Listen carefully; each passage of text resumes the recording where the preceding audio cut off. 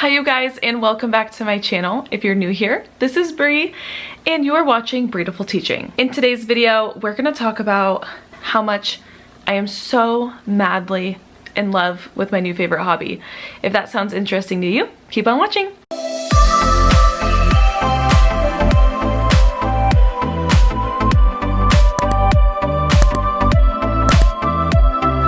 I need to talk about my new favorite hobby and what it has done for me. So let's take it back. I'm just gonna give a Reader's Digest because if you're interested in subscribing to my new podcast, the information will be linked down below. And on my podcast, I like to talk more in depth about self-development and give you actionable steps to help improve your life. So you guys, yes, 2020 was such a year, and however, I picked up one of my favorite new hobbies that has seriously transformed my life. And that new hobby is reading. Here I have the entire stack of books that I read in the year 2020. And I actually started reading in April of 2020 after the world shut down and I was highly depressed. So, I mean, can you be highly depressed? I don't know, but I was very down in the dumps. And just a little backstory, I was laying on the couch one day. I think it was week 3 of quarantine, wasn't working in person, just how to push my wedding to a whole year. A lot of the things I was looking forward to as everyone else got canceled and I was just a lump on the couch. My fiance literally said, "Why don't you read? You should read." And I'm just like, fine, like I'll read, yes. And then I was scrolling on YouTube, I was scrolling on Instagram and found the very first book that I picked up. I loved a quote from it. The image was a quote directly from the book, and I personally just love quotes. I love inspirational quotes, and I can't remember what the quote was, but it came from this book, Untamed by Glennon Doyle, and I'll talk about it momentarily, but changed my life. I started to read, and my goal was to read 10 books in the year 2020. One of the reasons why I wanted to read and become a reader was I never understood how people enjoyed to read. Yeah, I never got it. I was never really a reader. And interestingly enough, when I was in 2nd grade, I was in a intervention group for reading. So I was actually pulled out, and I was never a good reader. I was never a good speller either. I'm still not a good speller, but I was never a strong reader, and I think that's why I never loved reading. Also, growing up, reading was not a huge priority in my household. What my school did was they gave out these calendars, and if you read every single day on the calendar, you would get a free pizza from Pizza Hut. So I did that. Me and my brother both did that, and my parents would make sure we did it. We didn't cheat, and we got the free pizzas from Pizza Hut. So that helped me love reading as well. And I used to love the Lemony Snicket books, and I read all the way up to number 11. One day I'll reread them to finish the series because I have no idea what happens at the end. But yeah, I just fell off reading in middle school, and I always wondered, how do people love reading? I don't get it. What? If you guys don't know me, hi. My name is Bree. I teach 5th grade, and I always was like, how am I gonna get my students to read? So when I was teaching the classroom, miss those days, we would have silent reading time, and I just used that time just to give myself a break. I didn't use that time in a beneficial way. It was more okay, the kids are just gonna be quiet and I can regather my thoughts for the next subject I'm gonna teach. I always wondered, how can I expect to have my students love reading when I don't love reading? So I always was figuring out and asking people, how do you love to read? How do you love to read? I don't understand. Then I started to read, and I started to read books that actually interested me and honestly changed my life in perspective. And that's just a little backstory. It was kind of long. I go in more detail in my podcast. So if you're interested in joining my podcast, High Vibe Teaching, that is where I like to discuss and talk about self-development things and concepts and topics for discussion. It's so fun over there. If you want to go over, go ahead, link down below. I should be on all major podcast I should be on all of them, definitely on Apple and Spotify. Everything else I should be. I'm still waiting on a couple at the time of filming, but by the time it comes out, I think we should be good. It's really just self-development for teachers because it's just really sad how so many teachers are so stressed out, myself included. And I just go in a more detailed explanation of how reading changed my life. And the reason why I love my podcast is because you can multitask. So you can listen to me in your ears, get really good information, think in a little bit different perspective, and then I give you action steps to take forward with you. I love podcasts as equally as much as I love books. So join me on there, High Vibe Teaching, and I'll catch you over there. I also watched The Social Dilemma on Netflix, and if you have not seen that documentary, I highly recommend it because that made me want to be off my phone significantly less, and I am. I do not get on my phone in the morning at all, and I actually only go on social media after 6 p.m. I would rather fill my time reading than scrolling. And if you've seen it, let me know what you think about it in the comments, but if you haven't, I highly, highly, highly recommend. Life-changing as well. All right, let's get into the 10 books I read. So I started in April, and my goal was to read 10 books in the year 2020. I actually wrote on my vision board how many books I wanted to read, and I wrote down 10, and I got it because I love vision boards, and more on that to come later on this month. Let's talk about the books I read and why I read them, and maybe they're gonna be interesting to you and just bring you joy because all of these have really brought me so much joy. So the first book I read, and this was the first book that caught my eye because of the quotes inside, and this is Untamed by Glennon Doyle. This book introduced me to stillness and meditation. When I was going through my years of teaching, I was so lost. I didn't know who I was anymore, just because of where I was living, the environment of my job. I got a lot of backlash for my YouTube channel in the previous district I worked at. I've always had very clear confidence in myself, or a very straight, I always knew who I was. Like, I never doubted anything I ever did, and I'm very grateful for that. I always had a good head on my shoulders until I got a lot of judgment for starting my YouTube channel during my first year teaching. I got a lot of judgment from that in like the coworkers in that building. I was lost. Like, I did not know who I was anymore.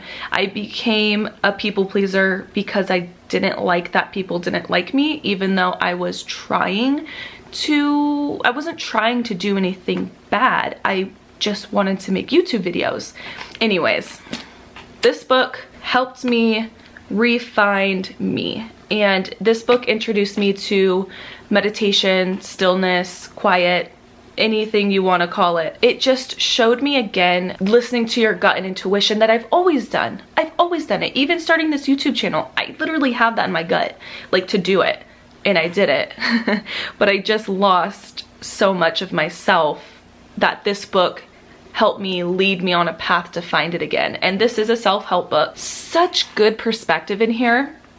And like, you know what? If you read it and you don't agree with everything in it, that's fine. You don't have to agree with everything you read. Listening to your intuition, like, I just love this book, and I love that I picked it up first. And it's beautiful. And I lent it to my sister-in-law. I don't know if she finished it, but I would actually lend this to my mom. Like, it's that good. I just loved it. And look right here. I turned it to this page, be still.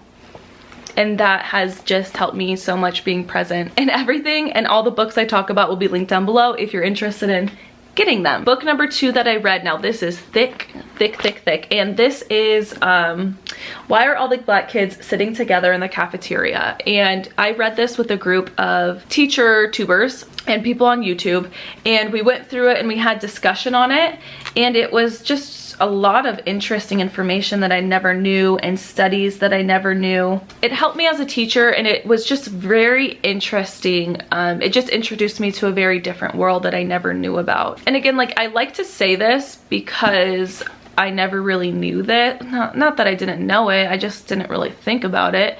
Like, when you read books, you don't have to like believe in everything that they say. You can take snippets of them. So don't be afraid to read books that seem like random or like out of your norm. because they just give you so much perspective on everything, and this definitely gave me so much perspective. All right, book number 3 that I read, Teach Your Class Off. Now this is by CJ Reynolds. I actually got to meet him in Miami, and he told me the best advice that I could have heard at the time. So when I went to Miami, I just got told that I was not being asked back to my job. So I had to find a new job, and I wasn't being asked back, and I wasn't a good fit for the district. And that's what I was referring to in the beginning of this video, how lost I felt, and I had like no sense of identity really. It was a very hard time for me. And CJ said, we're in Miami, and he said, you know, like, this is your story. Like, what happened to you and where you're going and what you're doing is 100% your story. And no one can take that from you. Like, this is your story. And I love that he told me that, because I couldn't agree more. Because every step I go through, you go through, every inch we go is meant for a purpose and a reason, and we're always going in the right direction, I believe. You know, I still don't know the reasonings as to why I never got asked back. You know, like, that's always a question, but that's my story. My first year of teaching, I didn't get asked back, but I did a damn good job, I must say. Anyways, tangent. I'm gonna buy it. I'm gonna buy this book for my teacher, my really good teacher friend. He teaches 3rd grade in the same district, and I love this book because CJ has given so many good ideas, and just explaining how we shouldn't let the whole idea of teaching and how draining it is, and how like much it is, and like, we shouldn't be weighed down by that. We should be innovative and create these awesome experiences for children. And one of the things he wrote in here, he talked about how he took his group of kids and traveled to the city and introduced them to the successful, I don't know, I think he was a producer, something like that. He showed the kids, like, this is what hard work can give you. Like, you are not just a product of your environment. Like, you can make a small little change and you can propel upward. And that's what I got and took away from this book. This also made me, I read this right before the new year started, and actually before I knew we were being remote. And this actually gave me so much like positive vibes into going into the new year. This gave me so much motivation to do more, really propelled me to really grind on TPT and just to think of really innovative ways for my students to learn. And it actually made me think of really fun ways to incorporate reading in my classroom as well. And I'm still thinking of those ways, but it makes me want to just do so much with my kids. CJ, you did a fantastic job on this book, and I'm so happy I got to read it. Thank you, CJ, for writing this fantastic book. Book number 4 I read is the Edupreneur Side Hustle Handbook. You guys, I can't. Like, this freaking book. Like, I swear to gosh, do you guys see all these sticky notes I have in here? Yeah.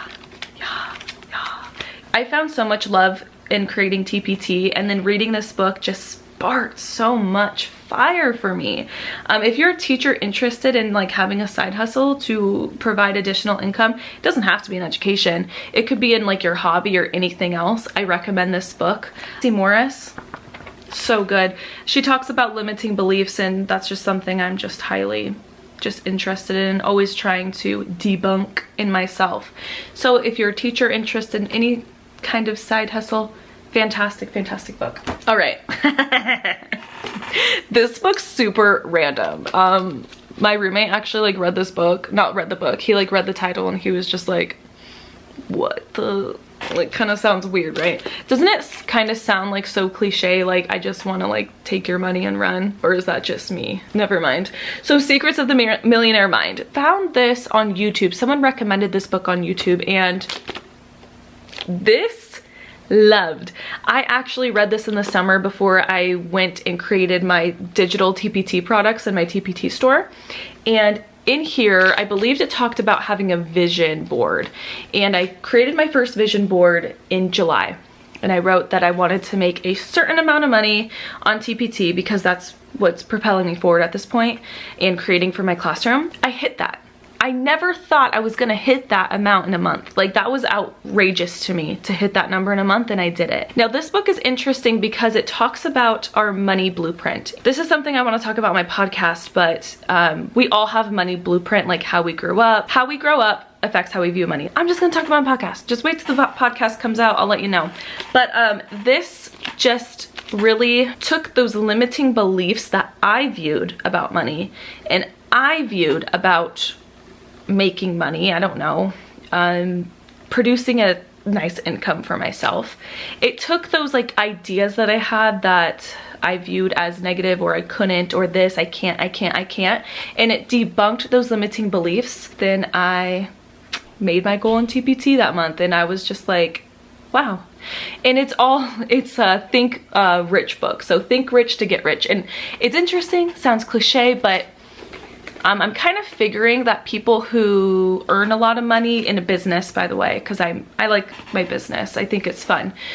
People in business that I'm seeing so far have a certain mindset, and I'm fascinated with that mindset because I love mindset work, and that's why I have a self-development podcast. So anyways, this was a very fun, easy read, and I thought the author was funny. And there's like little prompts that you can do to help you kind of debunk your money blueprint. So it's like, do you think of when you think of money? And then you dig deep, you dig deep, you dig deep, and then you find that limiting belief, and then you think through it. Oh, well, that's just a belief, that's not actuality. Really good, it's really good. All right. Next book, I don't even know what number I'm on. 6, book number 6. I tried to read this book 4 years ago. My brother gave it to me. This is actually my brother's book, but I bought it for myself. No, I tried to read this book 4 years ago, and I was just like, no, this is way too much for me. This is probably one of the best books I have ever read in my entire life. At the very end, under prayers, at the very end, it's called Prayer for Love, and it made me cry. Like, even thinking about it, it is such a beautifully beautiful book. It's personal growth, self-help, but it's kind of spiritual. It was just absolutely, I can't even describe it. It gave me so much, like, it lifted so much anxiety off of me, and it's just so beautiful. And it gives a little history of where his ideas come from, and it's an ancient civilization. Absolutely beautiful. And actually my fiance, I got him to read this. I was like, you have to read this book, it's so beautiful.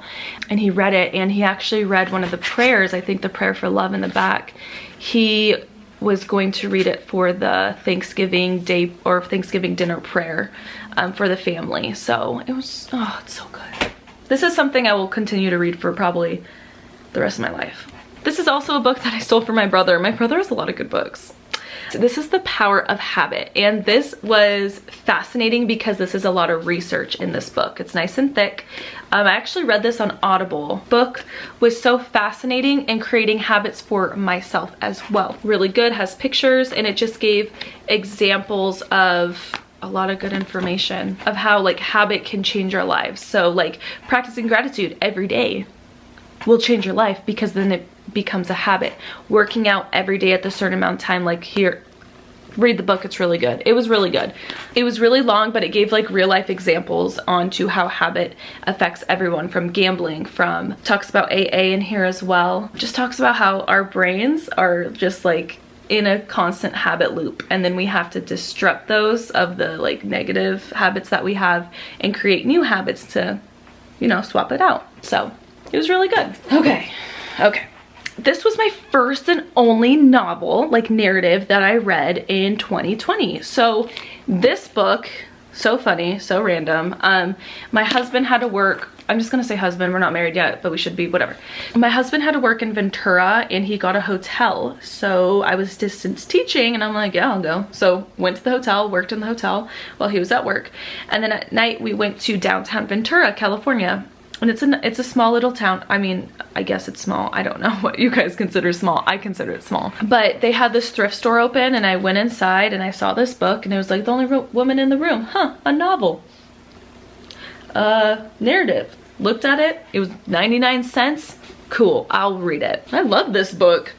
I was like, I don't know what this is about. So I was reading it, and I was like, huh, this is based on a true story? This is based off a real person?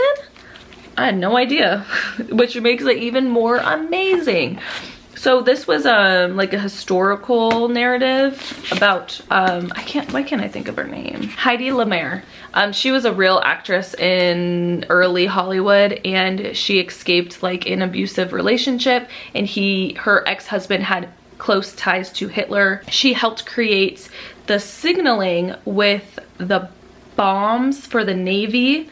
Not the bombs, the torpedoes or the submarines in the Navy. However, they rejected her because she was a woman, and this was just really good. And then I spent like an entire morning watching YouTube videos about Heidi Lamar because, oh my gosh, or Lemare.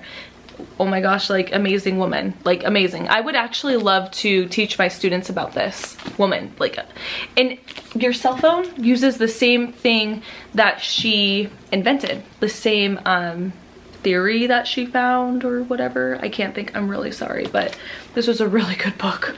It was a good narrative, and I love World War II. World War II is like the most fascinating time period to me in history, other than like the American Revolution. I find fascinating as well, and civil rights movement. I find all that interesting. Are you ready for the book that truly changed my life? And I'm sure it has changed so many people's lives. But I'm not kidding you when I say that this book truly changed my life. Little background, quick background. In like 2016, I was having a hard time with my mental health. I just constantly felt like I was gonna die. And I know that sounds like I say it like that now because I'm better now, but I constantly felt like I was gonna die, or someone I loved was gonna die. It was like a constant battle, like every day. I saw this on like the internet somehow, and people were saying like how this changed their lives. So I bought this book in 2016. Oh, look, here's the receipt. I bought this on November 2nd, 2016 at Barnes & Noble. Went inside to grab it, started to read it, I remember, and I was just like, nope, can't do it. This is too much. I thought it was too much. Then I decided to pick this book up again because I love so much the 4 Agreements that I'm like, okay, I can read this book. And my brother said this is the best book he's ever read as well. One of the best. I don't know if you could say the best because I love all books that I read pretty much. Well, all of them over there, I love all of them for different reasons. But anyways, really helped me quiet in my mind that I was constantly having. And if you watch The Social Dilemma, you can kind of see like how the instant gratification and the instant and I need to be that, like, it just rattles your mind. It truly just rattles your mind if you're not aware of what's happening to your mind. And this book just showed me that I am not my mind. You are not your mind. So I remember when I first started practicing what he was saying, he was just like, pay attention to what your mind is saying to you. And when I did, I was just like, wow, I am rattled with a bunch of nonsense in my mind. I quieted my mind, and I'm not a pro in any way. Like, don't think I'm a pro, but this book has really just showed me that I can separate my mind from me. Like, I am not my thoughts. My thoughts make me feel worse than who I actually am. Like, my thoughts create a lot of fear. And that's not me. Like, that's not my life. Like, that's not, our mind is not actuality. If you are interested in something like this took me, I would read it every single morning. I think it took me over a month to read because I would read a little bit every morning and then just stop to think about what it said. This just made my life so much better. And I remember being on a walk when I was close done to reading it. I think I was like down here, like, see this? I had like this much left, and I was on a walk with my dogs, and then it just like kind of clicked for me. I had like a nice little realization, and this book was fantastic, and a lot of people think so because over 5 million copies have been sold. So I highly recommend this. And the last book I read for the year 2020 is The Alchemist. And this is actually, what the heck, I said I only read one narrative. This is my second and only one I read in 2020. Has been ranted and raved by a lot of people, including Will Smith. And I enjoy Will Smith. I think he's hilarious. That's what introduced me to this book, and also on YouTube. I was into BookTube for a long time. So they talked about this book, and it's such a good book. Like, I would love to read this book to a group of students and do like a study on it. I think like middle school would be really fun to read this book to, maybe even high school. But this was a really good narrative, and it has such a good meaning behind it, and it talks about like little signs. It just shows that like there's little like coincidences and little signs that we can see that just like give us like, that make us feel good and know that we're on our correct path. I want to give you guys a little example of that. Now this, if you are still here at the end of this video, high five, thank you for staying here. I'm gonna tell you this crazy story that happened to me. Not crazy, like I'm not surprised, but I'm just like, that's cool. Long story short, on Instagram, on my personal Instagram, I had a friend who I played softball with, and she posted a picture of this book, and she said, this was a really good book. I recommend it to anyone. And I'm like, oh, I've read that book before. I actually read this book in undergrad.